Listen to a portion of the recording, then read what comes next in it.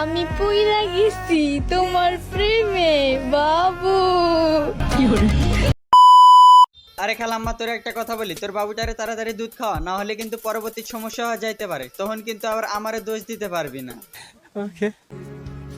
এনো কি? মাই দিছে আমি খাই না। আরে খালাম্মা, তোর আগেই কইছিলাম দুধটা তাড়াতাড়ি খাওয়া, না হলে কিন্তু পরবর্তী খাওয়াইতে পারবি না, দেখলি তো কি সমস্যা হয়। সো গাইস, তোমরা ভিডিওর টাইটেল এবং থাম্বনেল দেখে তো অবশ্যই বুঝে গেছো আজকে আমরা কোন হিট জ্যাকে নিয়ে বালপাকনামি করব। চলো কথা না বাড়িয়ে শুরু করা যাক।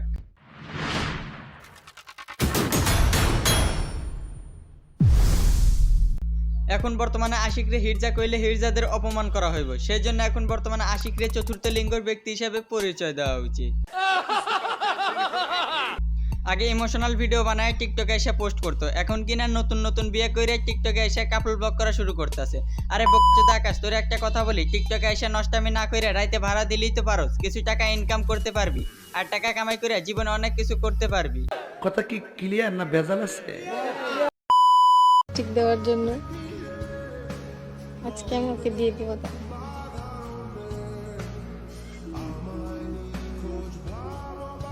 আরে বোকাচোদা আশিক, নতুন নতুন বিয়ে করে টিকটকে এসে বইয়ের হাতে ঠোঁটের লিপস্টিক মাইরে আবার ভিডিও পোস্ট করিস। আরে বোকাচোদা, তোরে আর কি কমু, তুই তো চতুর্থ লিঙ্গের ব্যক্তি। সঠিক বলেছেন।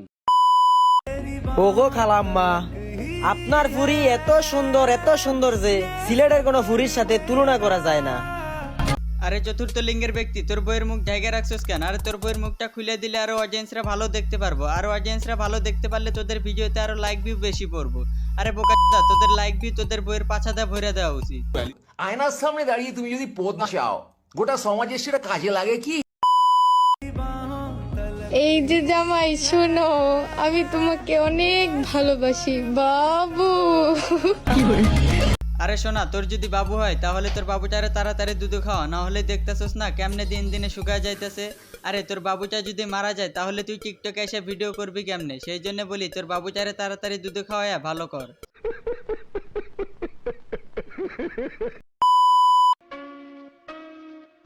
পারলে মন পরিষ্কার করো। আর না হয় আশিকের মতো টিকটকে এসে বউনে ভিডিও করো, তাহলে মনও ভালো থাকবে, আরো টাকাও কামাই করতে পারবে, তাহলে জীবনে অনেক কিছু করতেও পারবা। আহারে, চোখের পানিতে বোকটা বাইসা যায়। আমার বিয়েতে অনুষ্ঠান করি নাই কেন জানোস? কেন? কারণ আমি জানি বিয়ের পরে মানুষ এমনি রোস্ট করবে, তাই আর কষ্ট করে বাবুর্চিটা কিনাই। আরে বোকাচোদা আশিক, তাতে তুই কি বুঝাইতে চাইতাছস? নতুন নতুন বিয়ে করে টিকটকে এসে কাপল ব্লগ করবি যাতে তোকে নিয়ে রোস্ট করে, আর সেই জন্য তোর বিয়েতে কোনো অনুষ্ঠানও করস নাই যাতে তোকে নিয়ে রোস্ট করলে সেই রোস্ট তুই খাবি। আরে বোকাচোদা, আরে তুই ভুল ধারণা করতাছস। আরে তোর বইরে তুই রাইতে বাগি দে, তাহলে জীবনে তুই অনেক রোস্ট খাইতে পারবি, শালা বোকাচোদা।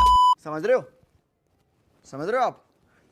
সো গাইস, যদি তোমাদের ভিডিওটা ভালো লাগে তাহলে কমেন্ট করে দাও, আর পরবর্তী ভিডিও পাওয়ার জন্য চ্যানেলটাতে সাবস্ক্রাইব করে রাখো, আর বেল আইকনটি অবশ্যই ক্লিক করে দিবা।